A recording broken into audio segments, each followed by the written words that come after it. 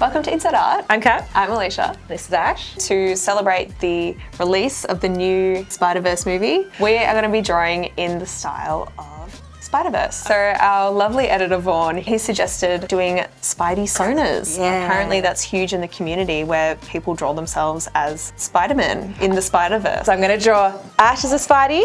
I know I'll get in so much trouble if I don't include my daughter as well because she loves Spider-Man. Yeah, so of course. I'm going to draw 3 people today. I'm just going to draw myself as a spider person. Art is kind of my only personality trait, so I'm just an arty Spider-Man. Neither of us have a particularly graphic style, I don't think. I think we're both a little bit more painterly and a bit softer, Yeah. which is very different to the Spider-Verse style. Our challenge is to try out all the techniques and all the artistic decisions that the Into the Spider-Verse artists, I guess, use. We're drawing you today. Yeah. So I've very intentionally decided not to look at any poses. So no references No at all? references at all. Oh, is that ballsy? I know what the style looks like Yeah. and how Spider-Man's drawn and all that. But I didn't want to get stuck trying to replicate it. I was sort of drawing a lot from having done aerials. So I'm an aerialist. For everyone at home, that means I do things like trapeze or circus stuff like Lyra, which is a hoop. So Yeah. a lot of the positions and tricks that we get into could work really well as like a Spidey pose. For sure, especially with like silks. I went ahead and just started getting a pose together that I thought was a fun movement, a very exaggerated swing. Got this really nice line of action with Ash. I think, is that Ash? Yeah. Oh. Got him in a little web. My daughter, who also does aerials, she would not go anywhere without her teddy bear buttons. So of course.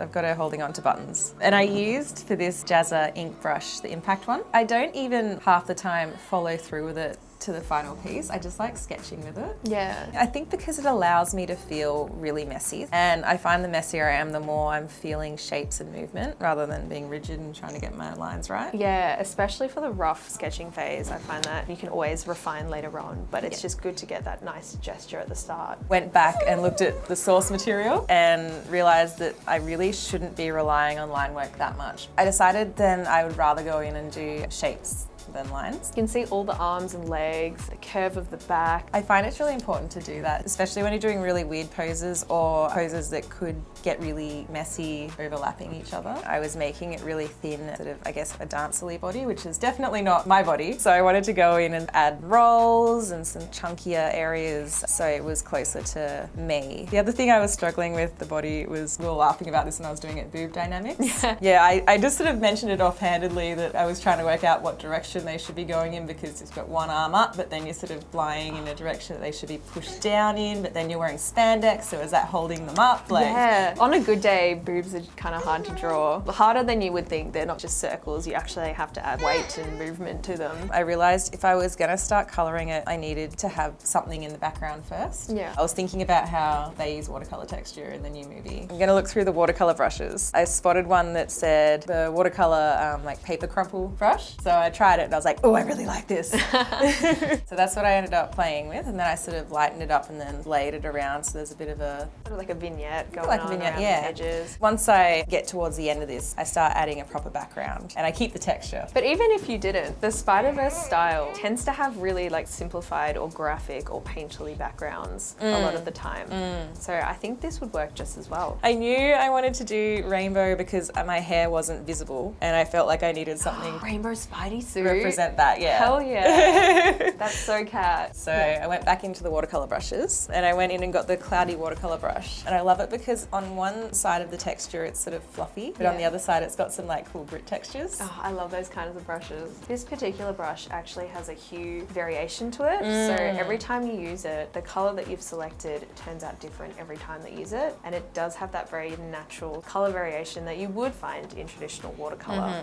The way that I would naturally bring form back up, which is quite painterly, is not going to work. Yeah. So even though it's not really like a huge thing in the Spider-Verse style, I decided to go in and do the blackout shading. Started with just that, and then it kind of turned into doing outlines, which I very specifically was not doing before. But I figured at this point that's okay because once I go in sort of doing the shading with the halftones, I'm gonna leave the line work kind of under it. And I'm hoping at that point it was disappear a little bit into the halftones and not be so obvious, but sort of help with the shading.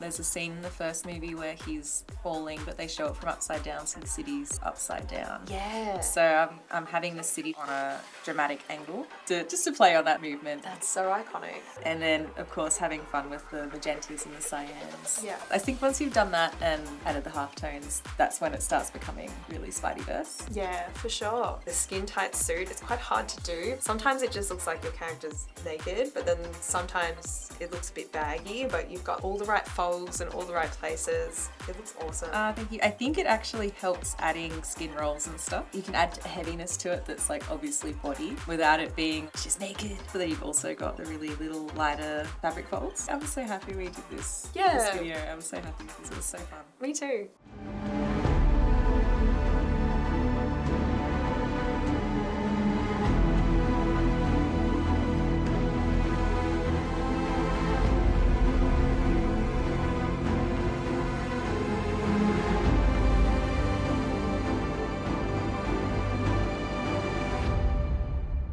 Before we get into my artwork, I want to tell you a little bit more about all of these brushes that you've been hearing us talk about, because we love them and obviously we made them, so we are going to love them, but we really think that they are the best things on the market at the moment. The brush pack includes 83 incredible brushes. You get pencils, you get inks, you get oils, watercolors, texture paints, specialty brushes like hair and chains, everything. There's so many that I haven't been able to play with them all yet in the time that I've been in Inset Art. Which has been a while. Yeah. It's been like almost, what, 6 months Almost 6 now? months, yeah. And as you can see in this video, they're the only brushes that you need, and we've used so many of them between the two of us. They are fully compatible with Adobe Photoshop, Procreate, Krita, and also Clip Studio Paint. And if you're looking to improve your art a little bit more and you need a little bit more than just some awesome brushes, you can get our digital painting bundle, which also has a handbook, which was written by myself and Jazza. It's basically how to draw and paint digitally. Great for beginners and advanced artists. Wherever you are in your art journey, there is something for you. We've got tips about the program, we've got drawing fundamentals, and even specific techniques with the brushes that you see today. That's so cool. And the best part is that you can get a discount by using the code word InsetBrushes over on the website. So check that out in the description below. So one thing that I knew that I wanted to convey is perspective and posing. Because one thing that Into the Spider-Verse is fantastic at is character posing and using techniques like foreshortening and perspective to get really exaggerated and dynamic poses. I kind of just combined a whole bunch of different references, like I use the hand in one of them, the head in another, and that is how I make sure that I don't plagiarize anybody. Yeah. Or just copy someone else's work. Yeah. Because we're not about that here on Inset Art. So one way to do foreshortening is to make the things in the foreground much bigger than the things in the background. So obviously the foreground hand is going to look ridiculously large and the hand in the background is going to be much smaller. But it's really hard to balance because you don't want your character to look like they have giant hands. So I like to use a lot of ellipses and make sure that I break down the limbs into very simple shapes. So each section of the arm, I draw them as cylinders to get that 3D effect. And the problem with foreshortening in general is that it tends to sort of muddy your silhouette. If you break down your character into just its silhouette, it's hard to tell which part is the arm and which part is the body. Yeah. It took me a while to sort of work out where to put negative space to make my silhouette read clearly. So I figured sort of adding that gap between the waist and the arm, it really helps with making the body of my character look clear and easily readable. It's kind of like breaking down what you see into shapes rather than lines. So my idea for my character is that it is an art Spidey, because I'm an art person. Instead of webs, my Spidey sonar shoots out paint. I got bitten by a radioactive paint can.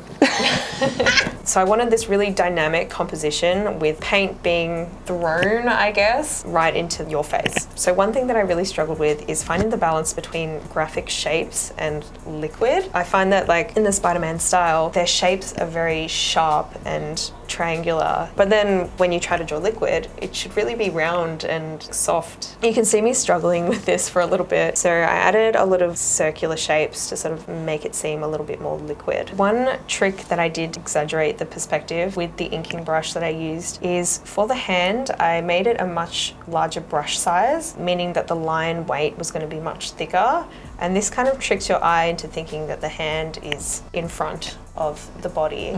So using things such as line weight can really help add depth and weight to your character. Then I looked for some scenes of the Into the Spider-Verse movie, and I realized that their hair is very convincing. It looks like actual hair and it's got like shine and strands to it. I decided to go with the hairbrush that is in our brush pack. I was really skeptical at first because I was worried that it wouldn't match the graphic style that I was going for, but then I did it and it turned out fine. I always start with the thick hairbrush, and that helps me just block out the overall shape of the hair. I go in with a thin hairbrush and add some flyaways and some more stringy bits to give it that extra bit of texture. One thing that I also knew that I really wanted to get experimental with is motion blur. I think that Into the Spider-Verse does it really well. Even in Spider-Man comics, you can see they use lines to indicate motion. So I decided to add some of those to the body and the hand, just keeping in mind the direction from which she's falling in.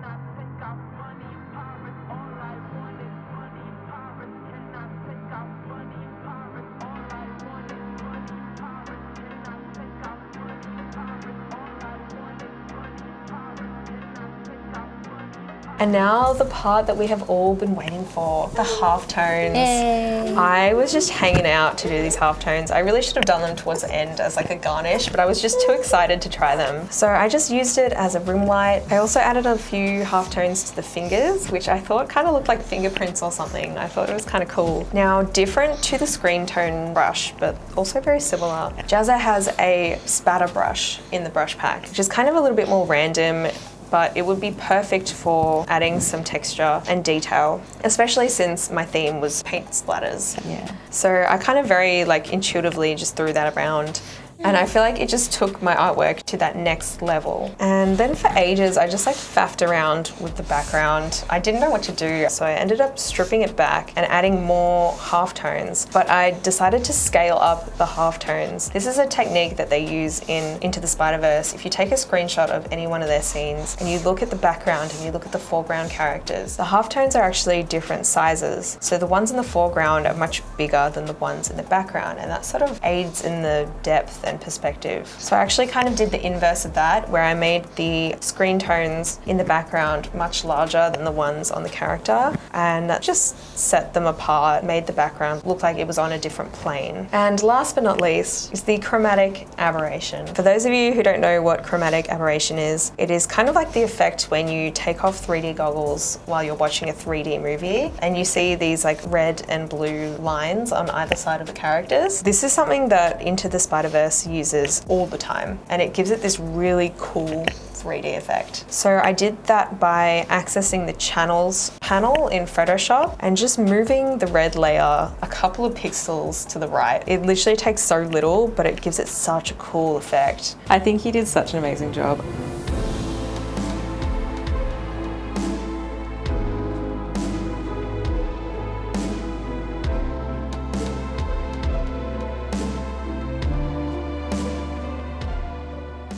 So that is all that we've got for you today. Let us know how we did in the comments. I think we both nailed it. Yeah, I'm really happy with both of them. Yeah. I want to do this again. We could work on the next Spider-Man movie. If there are any like directors watching this, I'm down. I think a lot of people think that these exercises are just for fun, but you actually do learn a lot from it. Oh, I think every video we do, I take away something that I'm gonna sort of incorporate later, and I think that's, you know, challenging yourself in your personal practice that's what it's all about. Yeah, and I know it's very easy to just want to stay in your own style, but broadening your horizons and like getting out of your comfort zone, it really is very helpful for your art style. Absolutely. Your process. Thank you so much for watching. We'd love to see any Spider-Verse art that you guys might want to do. Oh, 100%. If you've got any fan art of our videos, or if you want to make... You can draw our Spideys if you want. Yeah, that would be great. Make sure to add us on Twitter and to use the hashtag #InsertFanArt. Or you can find us on Discord, which is free to join. Yes. And we've got a little fan art section there as well. Last but not least, we want to say a huge thank you to our wonderful patrons who are supporting us every step of the way on this art journey. You guys are amazing. It was so fun to see some of you in our chat today when we live streamed. Yeah, you guys had great ideas and it was so nice to just catch up with all of you. So if you guys want to be a part of that little club that we've got, make sure to check out our Patreon. And on that note, Inside Out. that's it.